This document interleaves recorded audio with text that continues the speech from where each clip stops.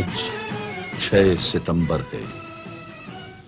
27 برس پہلے ایک چھوٹی مگر خوددار قوم نے ثابت کیا کہ جدید اسلحہ اور فوجی برتری ہی نہیں بلکہ اتحاد، جرت، اپنے مقصد پر یقین محکم اور دھرتی سے محبت ہی وہ جذبے ہیں جو کسی بھی جنگ میں کامیابی اور سرفرازی کا سبب بنتے ہیں۔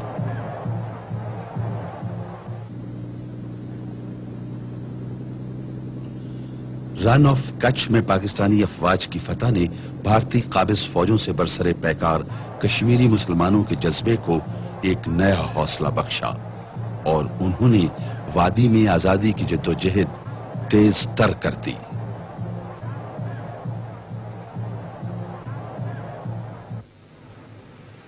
بھارتی فوج نے مجاہدین کے حملوں میں اپنی ناکامی سے بوکھلا کر آزاد کشمیر پر اچانک حملہ کر کے کارگل اور ٹیٹوال کی چوکیوں پر قبضہ کر لیا۔ بھارت نے تمام اخلاقی اور بین الاقوامی اصولوں کو بالائے طاق رکھتے ہوئے پاکستان کے علاقے اوان شریف کو شرنگیز گولہ باری کا نشانہ بنایا۔ اب پاکستان جوابی کارروائی کرنے میں حق بجانب تھا۔ آزاد کشمیر کی افواج نے پاک افواج کے ساتھ مل کر جوابی کارروائی کی کہ آزادی کے متوالے اپنی دھرتی کے ایک ایک ذرے کی حفاظت کرنا جانتے ہیں۔ 1 ستمبر کو مجاہدین مقبوضہ کشمیر میں آگے بڑھ رہے تھے۔ چھم، تیوا اور کسرانہ کی سرسبز وادیاں ان کے قدموں تلے تھیں۔ یہ وہ قدم ہیں جو ایک مرتبہ اپنی منزل کی جانب اٹھ جائیں تو کوئی طاقت ان کی راہ نہیں روک سکتی۔ صرف ایک دن میں اللہ کے سپاہی دریائے توی کے کنارے پہنچ گئے۔ توی کے دوسری طرف پلّاں والا، چک بھگوان، کلیٹ اور ٹروٹی آزاد فوجوں کو خوش آمدید کہنے کے منتظر تھے۔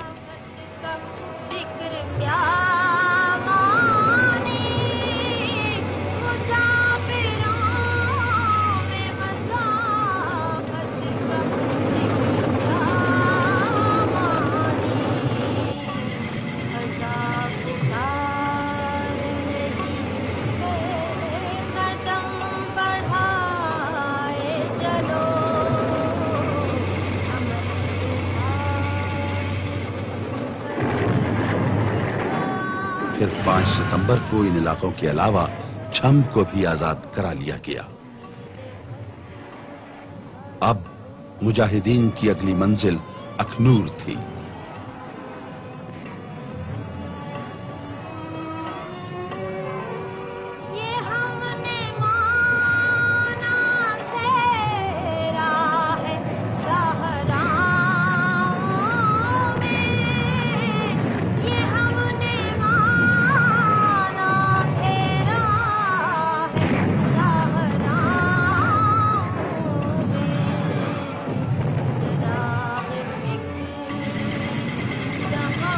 پاک فوج کی جوڑیاں کی طرف پیش قدمی کرتے ہوئے بھارتی فوج سے پہلی بڑی جھڑپ ٹروٹی کے مقام پر ہوئی۔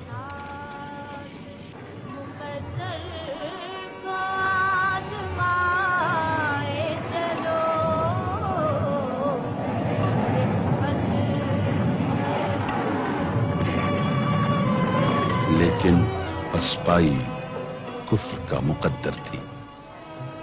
اب جوڑیاں بھی پاک فوج کے قبضے میں ہے۔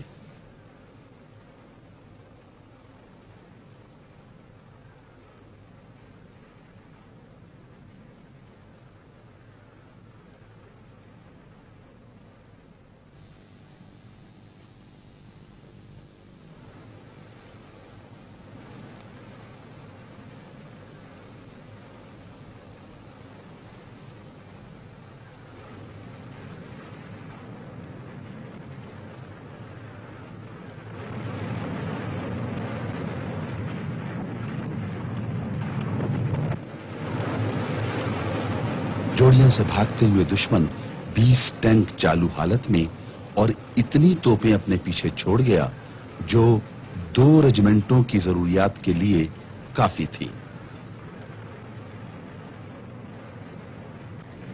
ادھر دشمن کے لیے کشمیر کے محاذ پر آزاد فوجوں کو روکنا محال ہو رہا تھا۔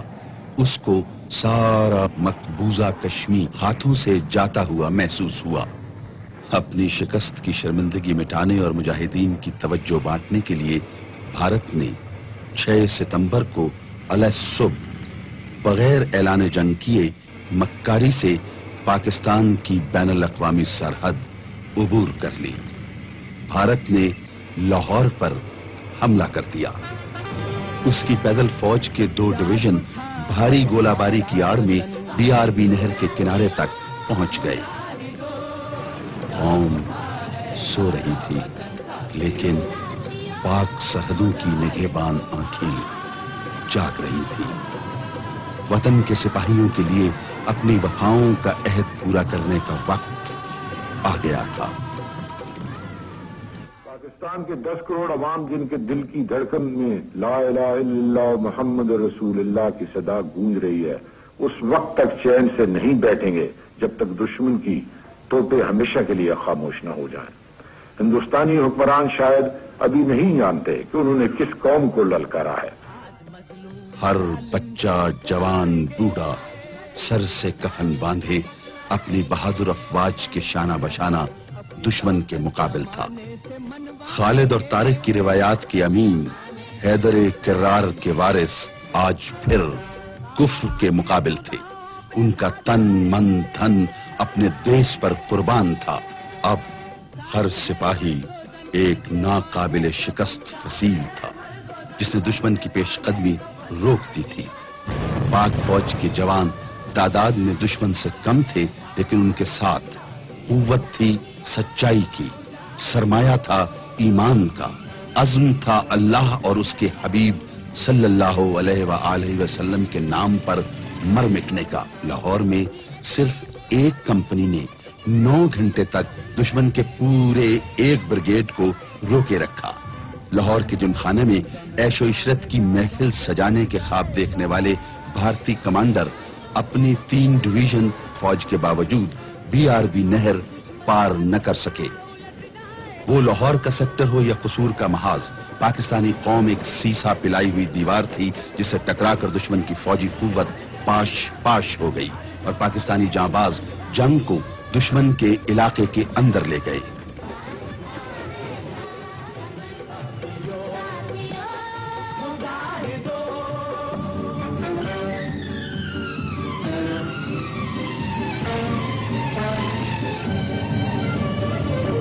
قصور کے محاذ پر بھی دشمن کو منہ کی کھانی پڑی اور پاک افواج کھیم کرن کو فتح کرتی ہوئی آگے بڑھتی رہی۔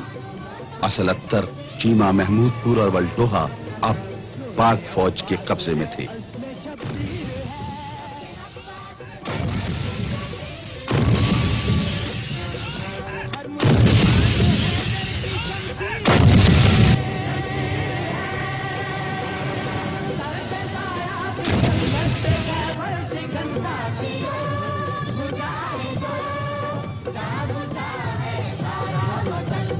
دشمن بڑی تعداد میں جنگی سامان چھوڑ کر پسپا ہو چکا تھا۔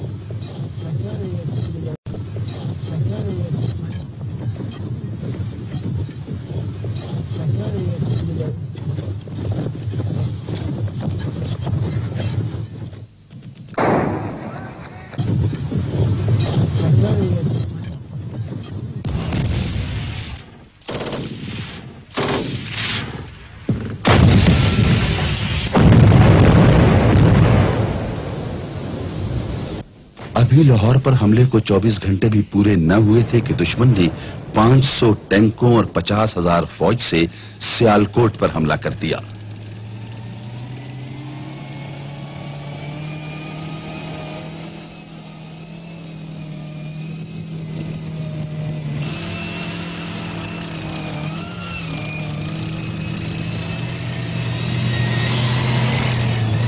چوینڈا کے میدان میں انسان نے فولادی ٹینکوں کے مقابلے میں جو تاریخ لکھی وہ ہمیشہ سچے جذبوں کی فتح کا ثبوت بن کر چمکتی رہے گی۔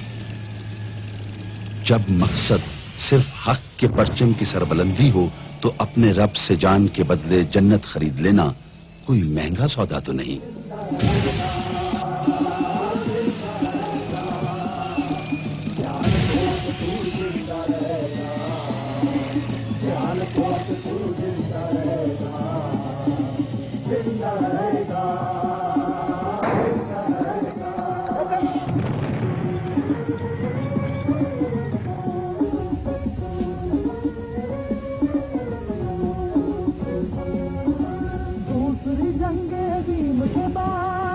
سیالکوٹ کے محاذ پر بھی قوت ایمانی عسکری قوت پر غالب رہی اور یہاں بھی دشمن کا خواب پورا نہ ہو سکا۔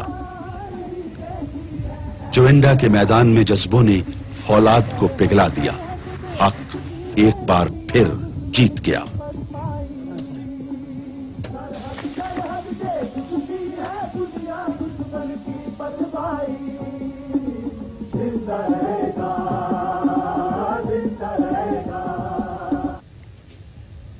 دشمن جب مادر وطن کی عزت کی طرف ہاتھ بڑھائے تو دھرتی کے بیٹوں کی غیرت پر بند باندھنا مشکل ہو جاتا ہے۔ 6 ستمبر کے سورج کی سرخی ابھی قائم تھی کہ سلیمان کی سیکٹر کے کمانڈر نے دشمن کی پیش قدمی کا انتظار کیے بغیر آگے بڑھ کر دشمن پر کاری ضرب لگانے کا فیصلہ کر لیا۔ اسے سلیمان کی ہیڈ ورکس کو دشمن سے محفوظ رکھنا تھا تاکہ ملک کی نہریں رواں رہیں، کھیت سیراب رہیں اور دیس سرسبز رہے۔ اللہ کے فضل سے نہ صرف ہیڈ ورکس دشمن کی پہنچ سے محفوظ رہا بلکہ جب جنگ ختم ہوئی تو دشمن کے علاقے میں 40 مربع میل تک کا رقبہ پاک فوج کے زیر نگیں تھا۔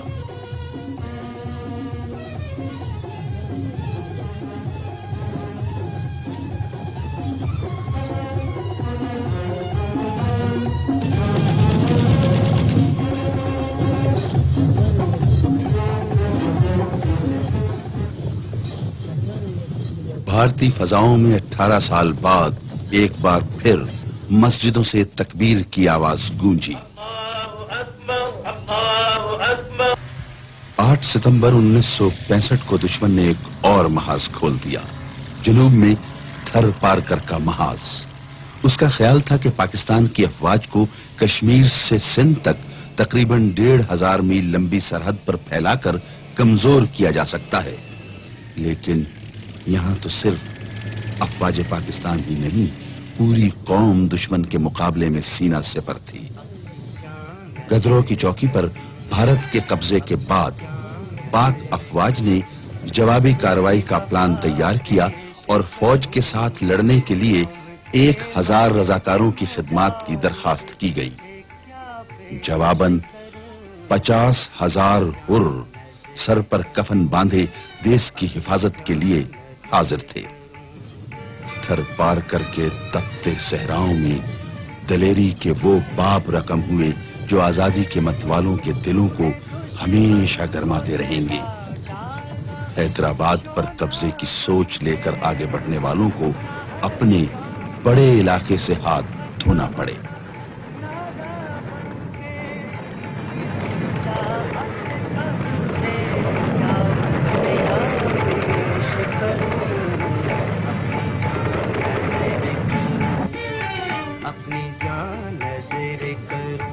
اپنی وفا پیش کروں، قوم کے مرد مجاہد تجھے کیا پیش کروں، اپنی جان نذر